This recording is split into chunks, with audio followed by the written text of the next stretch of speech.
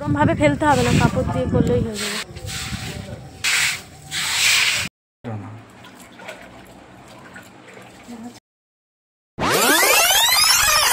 Hello বন্ধুরা, কেমন আছো তোমরা সবাই? শুভ সকাল সবাইকে, আর আমার ব্লগে তোমাদের সবাইকে স্বাগত।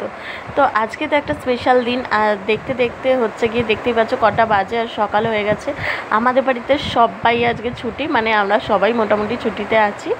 তো আজকে তো আমার একটা স্পেশাল দিন, তো চলো তোমাদেরকে সবটাই দেখাবো, সবই বলবো আর কি কারণে ব্লগটা করছি।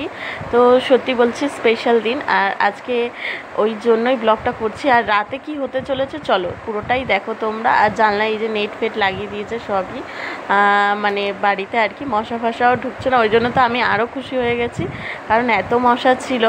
তো যাই হোক, তো চলো রান্নাঘরে যাব, কি করব না করব। তো আজকে হচ্ছে সারা দিনটা আমাদের অনেক এনজয়মেন্ট রয়েছে, বিকেলটা। আর বিকেলে যে হঠাৎ করে এরকম ঝড় ফড় চলে আসবে এগুলো তো ভাবতেও পারিনি।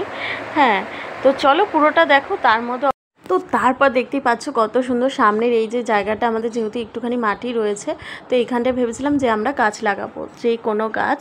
তো এই যে ফুলের গাছগুলো নিয়ে এসেছিলাম আমি আগের দিন অফিস থেকে, তো এই বেল ফুলের গাছ এটা লাগিয়ে দিয়েছিল। আর মাটিটাও যেহেতু খুব সুন্দর ছিল, মানে ভেজা ভেজা আর কি, তো ভাবলো কেননা ওরা বাড়িতে রয়েছে তো গাছগুলো লাগিয়ে দিয়েছে।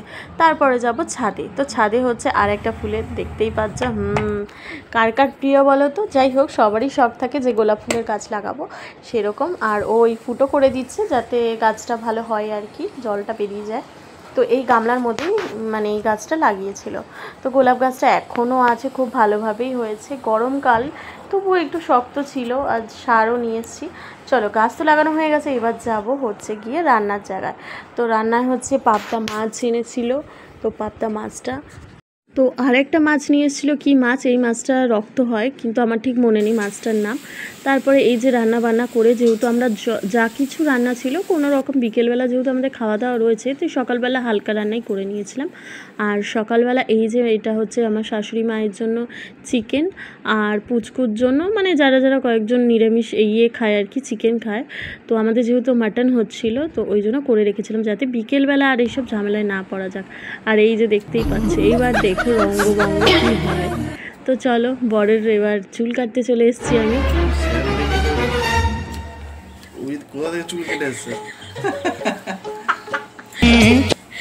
না, অতটা বাজে করে আমি দেবো না, বেশি না। কানটা ধরে এরকম হালকা করে করো।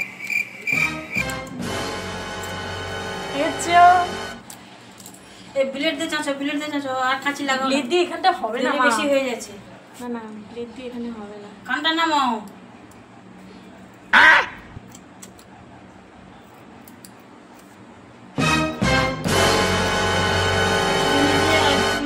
ইয়ে করে করতে হবে যে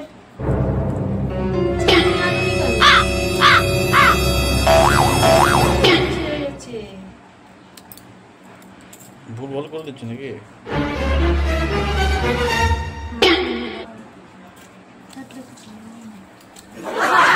দেখি পিছনটা, ব্লেডটা দেখি, ব্লেডটা দে।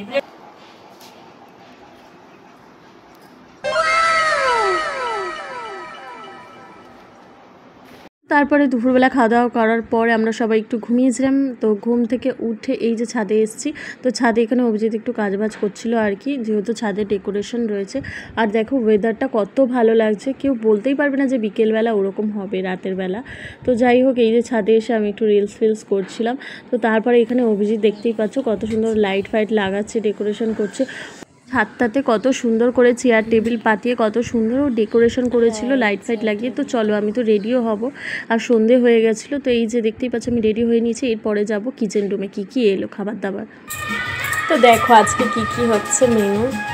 এই যে হচ্ছে চিকেন পকোড়া, তো মেনুতে ছিল চিকেন পকোড়া, চা, কফি, তো এইসব ছিল। তো আমাদের সব কিছু ক্যাটারিংয়ে ছিল। আর এখানে মায়ের দেখো মনটা পুরো খারাপ হয়ে গেছে, কারণ সারাদিন কাজবাজ করে বাড়ির সবাই যখন দেখছে বৃষ্টি হচ্ছে কতটা মনটা খারাপ হয় বলো।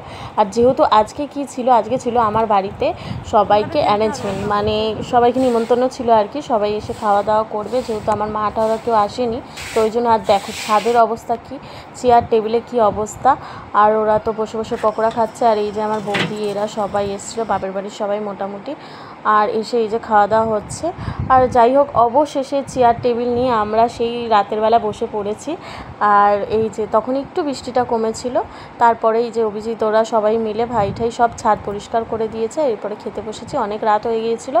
আর দিদি ওরাও এসেছিলো। এই যে ডাল, ভাত, মাটন। আমি সেইভাবে ওই জন্য মন খারাপে ভিডিওটাও করতে পারিনি ভালো করে। আর একবার এদিক থেকে ওদিক, আর কি আর বলবো। তাও একটু হাসছিলাম লাস্টে, কারণ সবারই মনটা, ওয়েদারটা অনেক ভালো ছিল, কিন্তু ছাদটা পুরো ভিজে গিয়ে এত ঝড় বৃষ্টি হয়েছে কি বলবো। তোমরা তো সবাই দেখতেই পেলে যে আমার শাশুড়িমা কেমনভাবে বসেছিল, যে মাথায় হাত দিয়ে, যে এত অবস্থা খারাপ ছিল মানে ওয়েদারের। আর হাফ লোক তো আসতেও পারছিল না, ঝড় বৃষ্টির জন্য অনেকে আসতে পারেনি, মানে আমার মাসি ওরা। তো কী আর করা যাবে, কিছু করার নেই। তো যেরকম হয়েছে তার মধ্যে দিয়ে আমাদেরকে চলতে হবে। বৃষ্টি হয়েছে, ঝড় হয়েছে, তো ওই ছাদটাকেই পরিষ্কার করে আবার আমরা পরে বসলাম ভালোভাবে চেয়ার টেবিল দিয়ে। আর ডেকোরেশন তো একদম 12টা বেজে গিয়েছিল, মানে যাই হোক লাইট ফাইট যেগুলো লাগিয়েছিল সেগুলো আবার খুলে ফেলেছে। তো যাই হোক চলো, তারপরেও আমরা কিন্তু অনেক সুন্দরভাবে অ্যারেঞ্জমেন্টটা মানে হয়েছে আমাদের এর মধ্যেও। আর এই যে দেখতেই পাচ্ছ আমি কিভাবে সেজেছি। তো অনেকটা গরম ছিল, কিন্তু ওয়েদারটা অনেক ঠান্ডা হয়ে গিয়েছিল। আর তারপরে তো হচ্ছে অভিজিৎ, ও সেইভাবে বেচারা তো সাজতেও পারেনি, মানে সাজা মানে কি, ছেলেরা যাই হোক ড্রেস আপ সেরকমও করতে পারেনি। তো চলো, আর কি আর করা যাবে। তো এটাই ছিল আজকে আমাদের ব্লগ। আর আমাদের মেন ছিল ওই বাপের বাড়ির উদ্দেশ্যে ওদেরকে আনা, খাওয়া দাওয়া। তো তারপরে হচ্ছে গিয়ে সবাই মিলে অনেক অ্যারেঞ্জমেন্ট আর হাসি মজা হয়েছে, অনেকটাই হয়েছে, কী আর বলবো। তো ঝড় বৃষ্টি হলে এটা তো হবেই। আর দেখতেই পাচ্ছ সেইভাবে আমি ভিডিও করতে পারিনি, এই যে মাটন টাটন খাচ্ছি। তো আমাদের মাটন হয়েছিল, খাবার দাবার জাস্ট দারুণ ছিল, খুব ভালো হয়েছিল। আর অনেক সুন্দর অ্যারেঞ্জমেন্ট হয়েছে। তো বাপের বাড়ির লোককেও অনেক ভালোভাবেই খাওয়ানো হয়েছে। ওরা কখনোই কিছু মানে ভাববে না যে ঝড় বৃষ্টির জন্য কোনো খারাপভাবে খাওয়ানো হয়েছে বা কিছু। তো যাই হোক, খুব সুন্দর হয়েছে। আর তারপরে এই যে শেষে আমরা বসে গিয়েছিলাম আমরা গল্প করতে করতে। আর দেখতেই পাচ্ছ অনেকটাই রাত হয়ে গেছিলো, আমি তো খেয়ে নিয়েছিলাম, কিন্তু ওদিকে অভিজিৎও খায়নি। আর আমার শাশুড়ি মাও খায়নি, কারণ উনি তো মাটন খায় না, উনি খায় চিকেন। আর বেচারার হচ্ছে চিকেনটাও ভাগে ছিল না। তো চিকেনটা হচ্ছে অনেকেই আবার যে চিকেন মাটন খায় না, চিকেন খায়, সেটা অনেকেই জানতাম না। যেহেতু আমরা অল্প করেই এনেছিলাম, অল্পও বলবো না, মোটামুটি এনেছিলাম চিকেন।